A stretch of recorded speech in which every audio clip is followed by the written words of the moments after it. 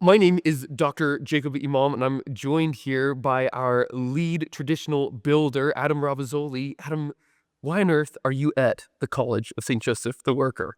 Yeah. So when you told me you were going to ask me that, I thought, was this my decision to be here? I'm very, very grateful to be here. I think this was St. Joseph's call.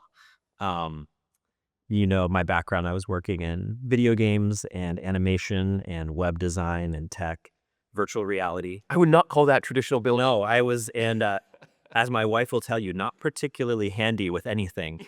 Um, and I had an opportunity to learn how to timber frame I guess now about 5 years ago. I took that opportunity. I felt like St. Joseph was opening up doors for me.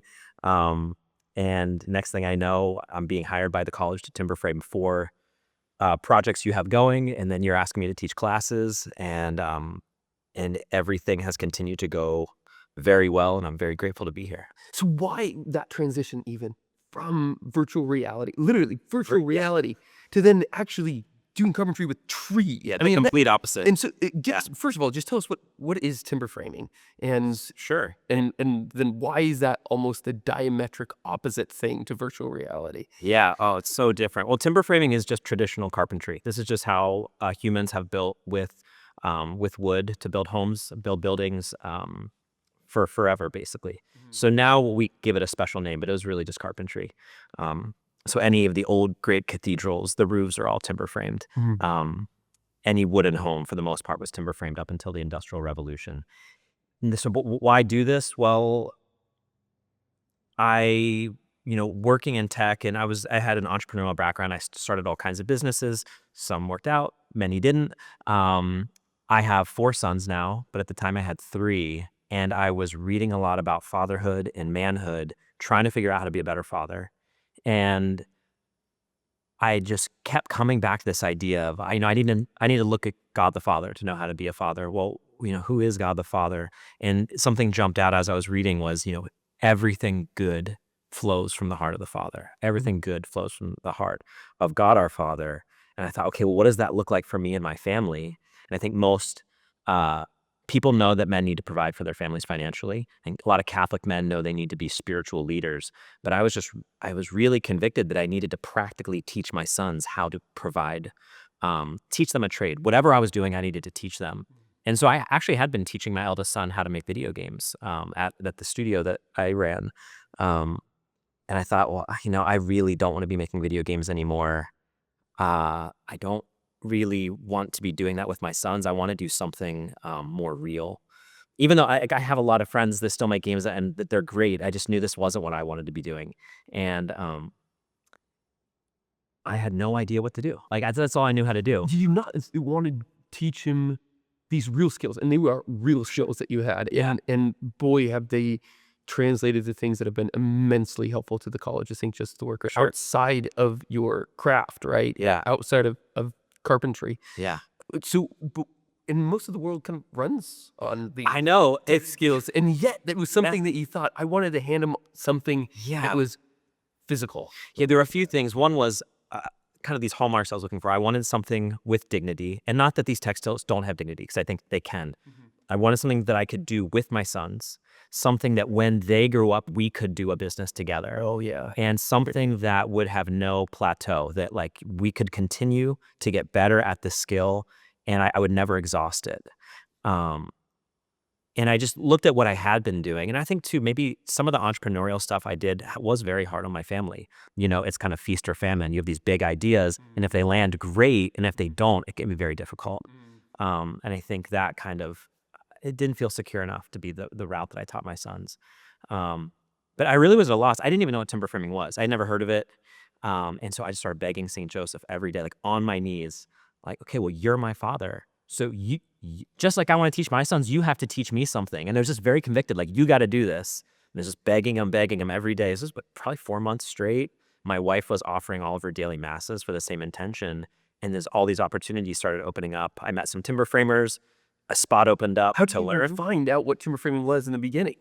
So my dad, he had made a website for a guy who was a timber framer. And he's like, you should just meet this guy.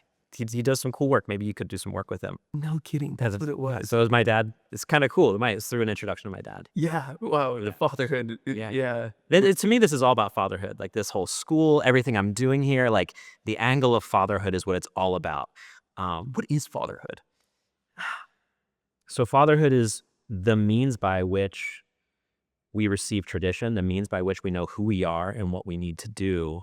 And I think a lot of us feel lost in the world today. We know that things were really good at a certain time. They seem like they're maybe not as good now as they once were. Why is that? And there's a crisis of fatherhood that touches many different areas. But I think one specific way is, what do I do with my life? Can my father show me what I should do with my life? And I think that's what St. Joseph's doing here, to develop the mind, to develop the hands, to think about craft, to think about being a business owner, running your own company, how to be a leader, through whatever trade you're learning, through whatever you're learning here on the academic side. I think a lot of it is this passing on of tradition.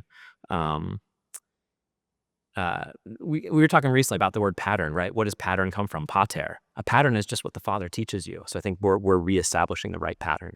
Right. And a pattern is such an important word because it's not something that you just blindly duplicate. Yeah. It's still through your own creativity, taking these ideas, the proportionalities, and then instantiating it in something new. And in that something new, it both gives honor to what came before and gives a runway for what is to come next as well. Yeah, it's really beautiful, that idea. It has to be received. And so I think my intuition of just beg St. Joseph, that the right mode is, I don't have it. I can't figure it out. Who is going to give it to me? Who can I receive it from? And it's kind of shocking, I think, for me, the success I've had in this. I wouldn't have anticipated it. I think anyone else looking in would think, like, you're insane. You just know how to use computers and do business stuff. Why in the world would you timber frame? I'm 42 now. I was like 30, so 37 when I started learning this. But I'm shocked at how well it's gone. That's how I know it's God, and I know it's St. Joseph, that these classes have gone so well. Our students are learning how to timber frame so well. Well, even beyond just our students currently here, our summer classes. I mean, you speaking about handing it on.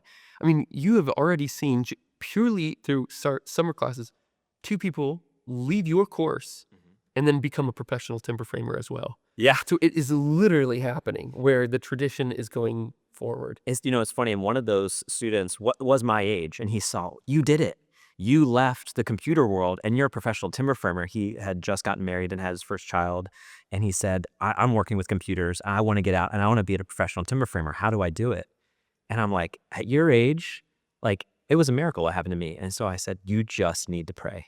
You need to pray.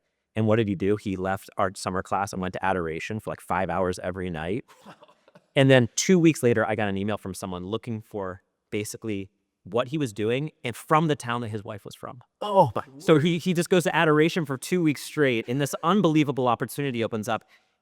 It could be anywhere in the country. It happens to be in the town where his wife's family is, and he gets the job, and he's living there, and he's a professional timber framer now. It's insane. You can't make it up. It's too good. All right. So anybody out there, what's the solution to these things? Pray. Yeah. And come here. Yeah. That's amazing, Adam. I'm so glad. I mean, this has been one of the richest gifts of being part of the college, is actually getting to do this with you. You've taught me an unbelievable amount, and it's humbling. I'm so grateful to be here. Thank you for trusting me. Glory to Jesus Christ. All right, man. Thanks. Yeah.